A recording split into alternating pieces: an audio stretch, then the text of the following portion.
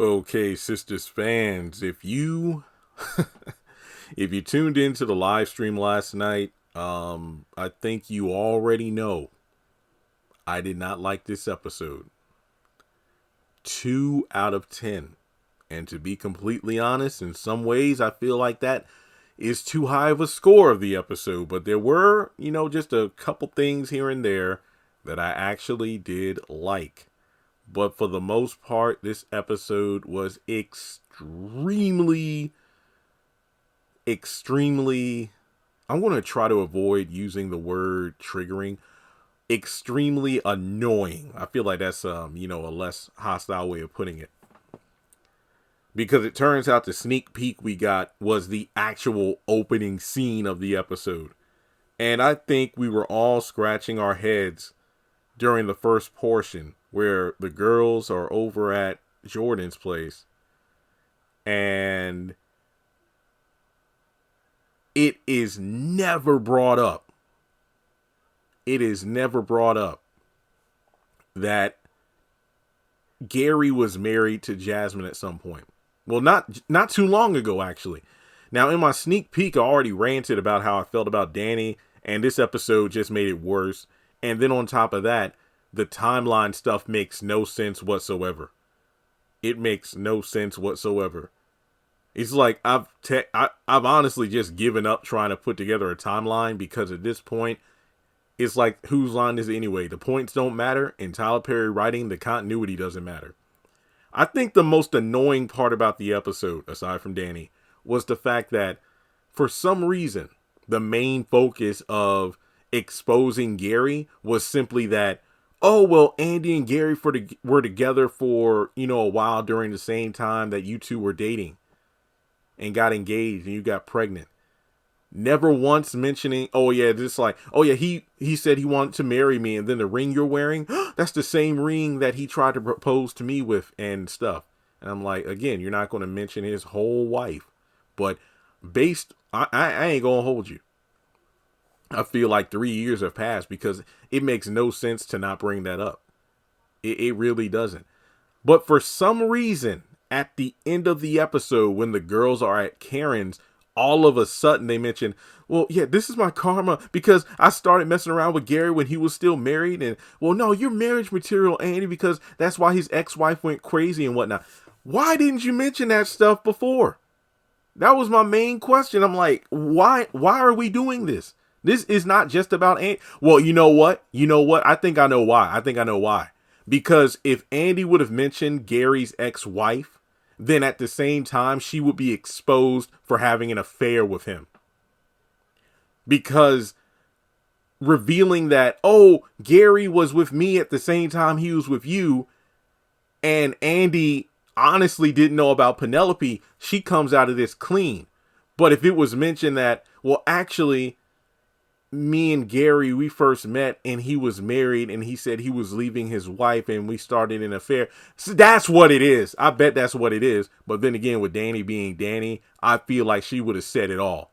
I honestly feel like she would have said it all. So I don't know. Maybe I'm giving Tyler credit where he doesn't deserve credit.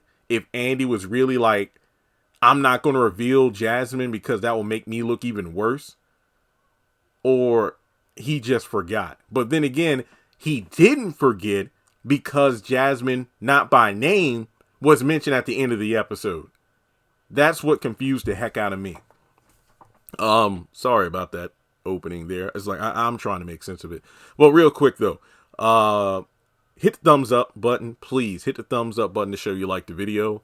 Follow me on my social media platforms. Links are in the description. Hit subscribe. We're closing in on 300,000 subscribers. And folks, the numbers on the channel are indeed going up. So a lot of you have been following my request to hit that notification bell and select all. That way you're notified when I go live, when I post content, whether it be a video or a community tab post. Sistas Season 7 is coming in strong January 3rd. So there is no major hiatus taking place, meaning that it's very likely we'll get like a Season 7 trailer in the next couple of weeks. And folks, I don't want you to miss out on it. Remember, Season 7 has new writers. a fresh coat of paint on this show. And Lord knows, after this episode, it definitely needs it. So before I completely blow a gasket, let me talk about the other scenes in the episode. And then we'll jump back to the Jordan and Andy and Gary stuff. Because trust and believe, the longer I spend on the topic, the more my brain feels like it's about to blow up. I cannot believe that I'm saying this, but I actually welcome the Maurice scene in this episode because it was a breath of fresh air compared to the actual rage I was feeling the longer we stayed at Jordan's house. So I'm just going to go through this real quick. I think we get like an outdoor setting this time around for the gay club. It's not just, in the, room that it's usually confined to, where you got the bar area, then the dance floor with some tables and whatnot. But Maurice is enjoying his freedom. And I believe, what was his name? Is it Chris, right? Chris is the guy from the bar that Maurice always talks with. So this guy comes up, named Patrick, and he introduces himself. Apparently he has seen Maurice around at the bank, and he asked, hey, you want to go somewhere? It's like, no, I'm not going anywhere with you. And basically says, well, hey, I just wanted to ask, like, if you want to go for a walk through the park. And honestly, I think like the only time in the episode I got a legitimate laugh. Oh, I got another one later in the episode, but oh no, I don't go through the park anymore. I used to go through the park, and I ain't effing you in the park. But back when I used to do that, they used to call me swing set. I ain't gonna lie, that had me dying. That was actually pretty funny. But from there, Patrick's like, so can I get your number? It's like, you got a pen and paper, and it's like, and he rightfully called him out. It's like the age of social media, like phones or anything. What's going on with that? So Maurice takes Patrick's number, and then Patrick leaves, and Maurice and I don't want to give him too much credit, because I feel like whenever I give a character credit in an episode, they'll disappoint me in the following episode. But he tells Chris, like, I wanted that man. I wanted to leave with him just right now, but I'm trying to do better. So I'm trying to learn my lesson after the Q situation. And he does mention how tomorrow he's going to talk to his boss to try to get his job back at the bank. Because remember, the DA Burke told Sabrina and Maurice that, their boss felt like, there's no way either of them would be involved with a robbery. So she should be reaching out to them soon about their job. So, we should see them working either by the end of this season or the start of season 7. We get a Zach and Fatima scene. Really sweet. They're in bed, and Zach is just, missing his son. He can't sleep at all. Fatima's trying to calm him down. It's like, look, the quicker you go to sleep, the quicker tomorrow morning comes, and then we can go see him. And, he recounts the fact that, 5 minutes in the VIP room, was a mistake. And now I'm, can't sleep, kind of thinking about his son I didn't even know about. And Fatima's like, wait, 5 minutes? So Zach explains, and again, this timeline stuff makes no sense. Zach, again, confirms, I hooked up with Heather because Karen and I was mad at Karen, and we had gone through one of our breakups. So again, confirming that he didn't cheat. And he went to the strip club, and the VIP is like, my boys took me, and I had $20. And Fatima was like, wait, you had $20 and you went to the VIP section? So he went in there with Heather. He was really drunk, but he doesn't even remember finishing with her. And it's like, wait a minute. This adds fuel to the fire. Fans like, you know what? I don't know. Maybe another DNA test is in order, because how do we know Zach was the only one Heather was with? Because I think the $20 means one of two things. Either Heather was that pressed for cash that she took the $20 and took Zach for a VIP experience, or she thought Zach was just that fine at $20. Like, usually I charge more, but for you, come on. And she did say that, he was fine that night. So I don't know. But yeah, I think a DNA test is definitely in order. A second one, because how do we know one of Zach's other boys wasn't the one that, knocked her up? Not to mention, if this was a Heather's press for cash, so she's, doing anything with anybody, it could be someone else's baby. And I remember my theory being wrong that Nathan was the daddy. But, I still like that theory, by the way. That definitely sounds like some crap Nathan would, get into while he's still married to Lori. But who knows? But regardless, Fatima's like, just admiring the fact that Zach is showing a different side of himself, and just encourages him to the fact that, look, you know what? You're going to be a great father. I know, you're sad that you missed out on 3 years of this kid's life, but you're going to be there when it counts now. And, they agree to cuddle.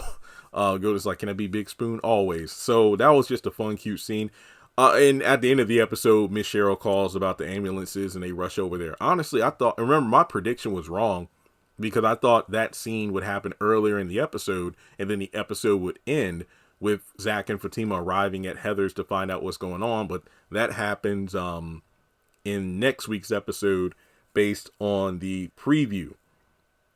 Okay, so yeah, I guess the only other scenes to talk about are in relation to the girls. So over at Jordan's house, let's see. Andy just said, and again, the timeline stuff. So apparently, Gary and Andy cut ties a week ago, which is weird because if I remember correctly, it was right before the mid-season finale because Andy was wearing that green blazer in the mid-season finale. So right before then, that's when she is like, oh, okay, I'm on a dating app. And if I remember correctly, the night before, that's when Gary was at the penthouse, but opted to not have sex because Andy revealed that she really meant what she said about only being with Gary because he was good in bed. So you're telling me that over the course of, let's say, 9 episodes, a week has passed, despite the fact that within the past, 6 or 7 episodes, this is all taking place within the same day.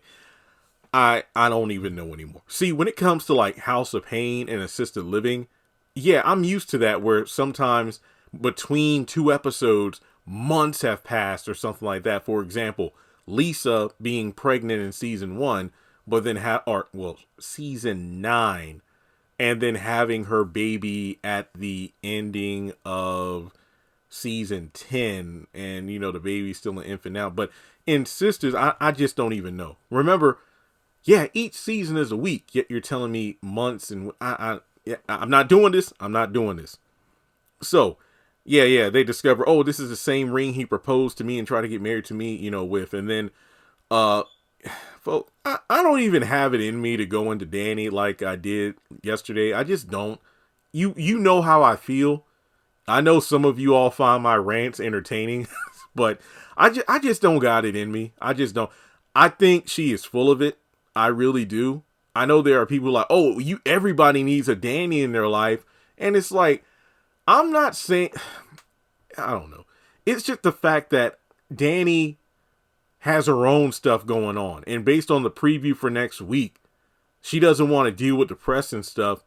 Yet she's doing all this crap with Gary and I don't know. Okay, so the guys actually come back into the house and, oh yeah, we managed to save everything. The stakes are a bit charred though, but hey, we got ribs. What's going on? What's happening? And then, Jordan's like, hey, why are y'all looking at me like that? When in reality, they're looking at Gary right behind him. And then Danny pulls it out of him. Basically, at first, Gary wants to just speak with Penelope alone. But then Danny is like, no, we're going to discuss this right here. This ain't got shit to do with you. So, yeah, her and Gary kind of go back and forth. And then it's revealed that these two were going out at the same time as Penelope and Gary. And it's like, again, this is way bigger than the Andy stuff. Jasmine. And this woman's like, bought her a penthouse, bought her a Rolls Royce. Sit your ass down, Danny. Look, I know y'all, a good chunk of y'all love the character and all, but I just could not stand her ass in this episode. But then Tony jumped in, and I'm like, if you don't sit your creepy ass somewhere, well, Gary, we let you into our group. We're men of value, and you do some shit like this, I'd have take my belt off and whoop you. I ain't gonna lie, I don't think one man should say that to another. I ain't trying to, say Tony's suspect, I'm not, but I feel the writing for this scene was just a bit off, as well as Jordan's when he tried to rush Gary. I'm like, I usually don't talk about the acting, and it's not at the fault of the actors, but I felt this scene could have used a different take. It just didn't hit the way I think it was supposed to, because I felt more cringe than humor from this.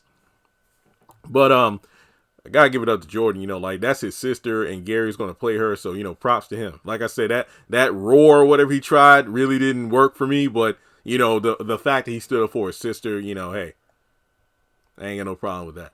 So from there, Tony just running. I'm thinking to myself, man of value, you're trying to take Danny away from her boyfriend. What kind of man with values does that kind of crap? And give it up to Rich, a.k.a. Bill from Bra in the Back. He was rather calm. Some people like, you notice how Rich was rather calm? I think he came across the best because less is definitely more. And then the fact that Danny wanted to start some shit in this, man, this is Jordan's house and you just want to start beating people's ass. And didn't even Tony say, like, I got a gun in my van if y'all need it? Yeah, get that gun. Sit your ass down, Danny. Also, I don't know her name, but shout out to the actress that portrays Penelope. I think she gave a very convincing performance during this scene as well. I think to be completely honest, I do not give a damn, nor do I feel sorry for Andy. But even I was like, ooh, that gotta hurt. When Gary was crying and talking to Penelope, is like, she means nothing to me. She's just a side chick. She's not marriage material. And I'm like, oh, damn. Because this is the same kind of crap, not the exact same words verbatim, but very similar dialogue to what Gary would spew to Andy in the earlier seasons in regards to Jasmine. Like, you're the only one that I want. I don't care about the money Jasmine can take. I don't care. I just want you. I'm like, damn. Ouch. Again, I ain't feel sorry for Andy, but even I went, Oh, wow. So from there, they make Gary leave. And then the ladies leave, and Jordan asks Andy, he's like, did you know about my sister and Gary? She says, no, I didn't. And then Danny's going to be like, all right, Tony, I'll see you at work tomorrow. And I'm like, mm-hmm. And then the guys end up leaving too. So from there, they're in the car, and then this ass Danny, I can't believe what just happened. You started this shit. Shut the fuck up, guys. I'm sorry. I can't take this crap. So they call, because at first Sabrina's like, because Danny just won't stop running her mouth. It's like, I can't believe he do this shit. It's like, and, mess around with Andy when, he has this other woman pregnant and everything. And I bet you still love her too. I mean, still love him too. And it's like, Danny, just shut up. Just shut the fuck up. You've said way too much. And then Sabrina's like, well, Danny, I can just drop you off at home. No, I don't want to go home yet. No, Danny, go home. Go home. You don't want Andy and Gary. It's like, I can't take this beating around the bush. But it's like I said last night. Yeah, Danny can't take them beating around the bush. But she will beat around every tree in a forest if it means not having a conversation with Preston. Shut the hell up. So she ends up calling Karen so they can stop by. And for once, I'm like, Karen minding her own damn business. She's just chilling, trying to get her business up and running again. She ain't got time for this foolishness. So they stop by there. Andy plops down on the couch. Oh yeah, also real quick, Gary goes over to Hayden, and for those who theorize, no, Hayden did not know a thing about Penelope. Gary talks about his ordeal, the fact that, things blew up in his face. Penelope's pregnant. They're engaged. I said some stuff to Andy, because Hayden's like, well, you need to fix it, so talk to Penelope. Nah, man, she don't want to see me right now. Well, talk to Andy. I said some pretty messed up stuff in front of her, so that's not going to work. Hayden chilling. Is Hayden getting played? Yes, but the man is chilling. And who would have thought? We'd ever see the day where Hayden is the one we're agreeing with? He's giving us some sound advice. Well, Gary, man, I ain't got nothing to say to you. I gave you the best advice I could. You ain't got to go home, but you got to get the hell out of here because I got my wife upstairs waiting for me. And that's that. So, again, Gary's trying to make Hayden aware, like, that woman playing you just met her. And it's like, well, Gary, even though you're right, you really ain't got a leg to stand on. So when the ladies get to, Karen's, Andy plops down on the couch next to Karen, and I'm like, Danny says the shit that got me just heated. Karen's like, is anybody going to tell what's going on? Well, no, it's like, I don't even want to say it. I ain't going to say nothing. No, Danny, you were talking shit the entire episode up until this point. Go on, run your damn mouth. So then Andy tells the details about, the Penelope situation and the fact that their relationships overlapped. And then Gary said, I meant nothing to him and whatnot. And here comes the absolutely worst part about this episode and just signifies how toxic this entire group of women are. When Andy rightfully identifies, this is karma. This is what I get for messing around with Gary when he was still married. And then Sabrina, no, that's not it at all. You didn't do, no, he was the one that lied about saying he was, not married. And I'm like, what the fuck? I'm getting a divorce. Did Gary lie that he would leave his wife? Yes. But I will say this line, I did like this scene in some context because there are people since last week. Well, no, Jeremy, Andy didn't know. Gary lied about being married. Gary said when they first met, man, if I wasn't married, when they met in the store when she was wearing the bunny slippers. Remember, Andy told the story to Jasmine about how they first met. This was not shown on screen. Andy knew from the jump he was married. He said, I'm leaving my wife. That was kind of like, I guess you could say influence Andy. Like, well, you know what? It's not that bad if I start going out with Gary because he is going to leave his wife eventually. 6 months pass. We get to episode 1 of the show. He still hasn't left his wife. The affair is discovered. And then that's when stuff starts to go sour for Andy. And then he does get a divorce in season 2, allegedly, because he does have the paperwork. But yeah, folks, Andy is not innocent. And for the girls to sit there and try to act like Andy did nothing wrong, she got into a relationship with a married man. Sabrina, shut the hell up. You haven't said anything the entire episode. You do not need to say anything now. She is not innocent. Don't pacify her. And this is the problem. Like when the woman who's doing completely foul stuff finally identifies, this is my karma. I did this. No, you didn't. It was him. It takes 2 to tango. And then, am I not marriage material? You are. Bullshit. None of you are. None of you are marriage material. This is just like, Andy's like, wait, how in the world did we meet 3 very great guys? And it's Sabrina, well, we're 3 amazing women. And Maurice, I'm like, Maurice, I'm with you on this because if these women, hey, who am I to judge someone else's character or value? But based on what we've seen, these characters are anything but amazing women. None of these heifers are marriage material. They are not marriage material. This is what happens when you have friends who want. See, here's the thing. People are like, everybody needs a friend like Danny. Versus people who just tell you what you want to hear. Yeah, Danny says what needs to be heard, but she didn't really shy away from trying to tell Andy she wasn't marriage material or anything like that. And I mean, that, she is marriage material and whatnot. Whatever, she does try to like take a jab. Well, she did mess around when he was still married, so it's not like she's completely innocent. Like, don't try to backpedal now. Like, you already told Andy she's not the problem. It's these men. It's these men who ain't shit. They're the problem. And then, she looks over at Karen. Andy's like, and what are you doing? Karen's like, well, I'm not dating. And I'm like, Andy, Karen told you this, if I remember correctly, that same morning. Right? When she went over to the penthouse to apologize. So, you know what? Yeah, I want to do that. Hey, why don't we all just don't date for a while? Heifer, just because you need to be benched because you got yourself messed up in a situation, don't mean all the girls got to do the same. And then Danny's going to try to make a jab at Karen. Well, technically you're pregnant, so, for at least the next 9 months or so, you kind of have to be on the bench. Weren't you the one asking Tony if there was a 4th man in their group so Karen could have somebody to talk? Just shut the hell up. So from there, Sabrina's like, because Karen's like, well, hey, I ordered some pizza because they wanted something to drink, but it's like, look, I don't have alcohol, not because of Preacher Man, but because I'm pregnant. I can't drink anyway.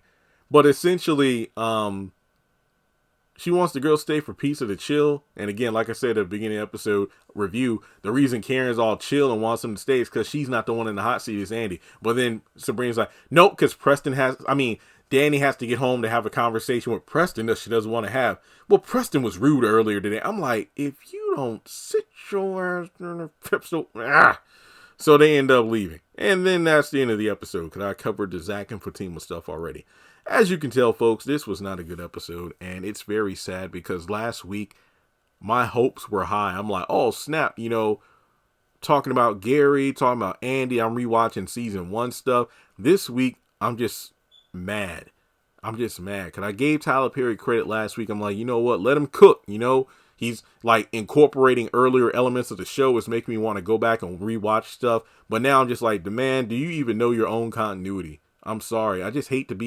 I hate it because, like I said, I was gassing him up. I'm like, yo, Tyler, you finally rejuvenated my interest in the show. And then you give us an episode like this, and I'm just like, well, what the fuck is this? So I don't know. Sorry for the cuss. I'm sorry. I'm just frustrated, as you can tell. So please like and subscribe. And I'll catch you all in the next video. I got a lot of stuff to record.